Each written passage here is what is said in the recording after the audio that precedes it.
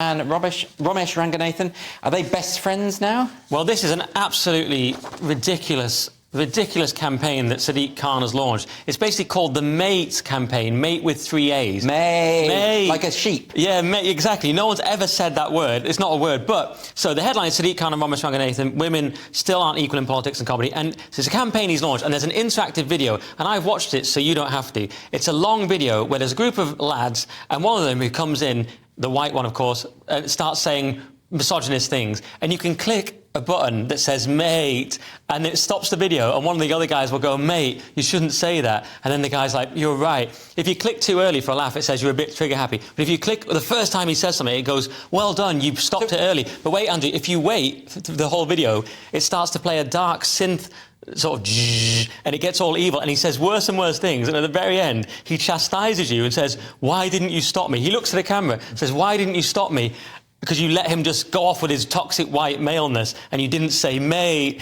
Yeah. It's the most pathetic and sad thing, and it's trying to link banter explicitly in the text underneath. Mild banter with violence against women, murder and rape, basically. OK, can you clarify for me what, according to this campaign, constitutes misogyny? Is it like everything? Is it two male friends sitting there saying, "Oh, she's very nice," or "She's attractive"? It's like, oh, there shouldn't be women commentators on the football. It starts with stuff like that, Andrew, and then immediately gets to sort of serial killing. If you look underneath, it says, "What is misogyny?" Some of the things classed as misogyny, I'm not joking, were self-confidence and being competitive. That's in the list. Is this just the thing that Christina Hoff Sommers writes about, which is where they try to effectively paint masculinity or any kind of male heterosexual behaviour as inherently problematic, to use their word? Yes. And that men ought to be socialised, or boys ought to be socialised as girls? Yes, and just to give you one more, you're not allowed to say the phrase, my ex-girlfriend is crazy.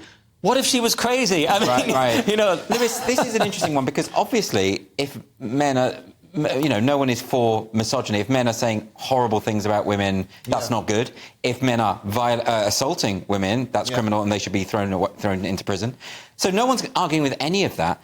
But when it comes to just, you know, male friends engaging in banter about the women they find attractive, whatever, where's the line? Obviously, we're heading towards doom. I don't know where the line is. I'm like in shock with this entire thing. It's like... You don't want to say anything now because it's all misogyny. Because basically everything that I say, I've said, how many times have I said women are horrible? Right, look, is that a misogynistic Yeah, that would be like me. I'd be clicking immediately. But can I ask you, I mean, you know, speaking as someone who isn't in the heterosexual community, like, is it not the case that straight men know when they're saying things that are across That's the whole point. It's fun. That's how men talk. It's an attack on how men talk. And what's ridiculous is it's obviously a response to Sarah Everard and all that. I understand that. But this will not stop a single domestic assault. It will not stop a single rape or murder, obviously.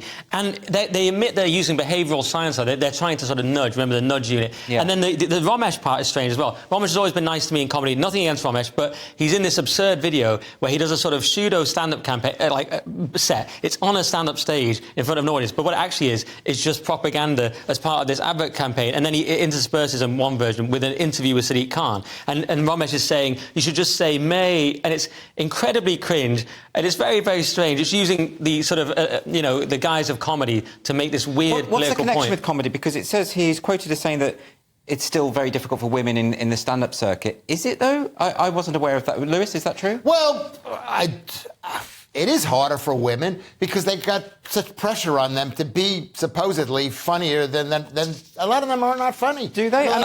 May.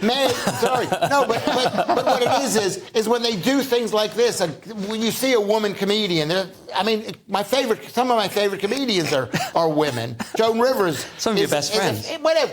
But if someone goes on stage and they're not funny, do you have to laugh now? No, I've never understood. Well, you know, I've got I just book the funniest people, and there could be women, there can be men. I don't even think about it. Yeah, but you don't even know, and I know you use this gay card to get yourself out of it.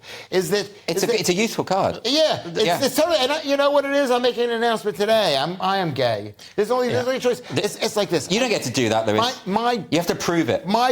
He identifies as gay. How dare you? How I don't have to prove it. No, you could be a celibate gay.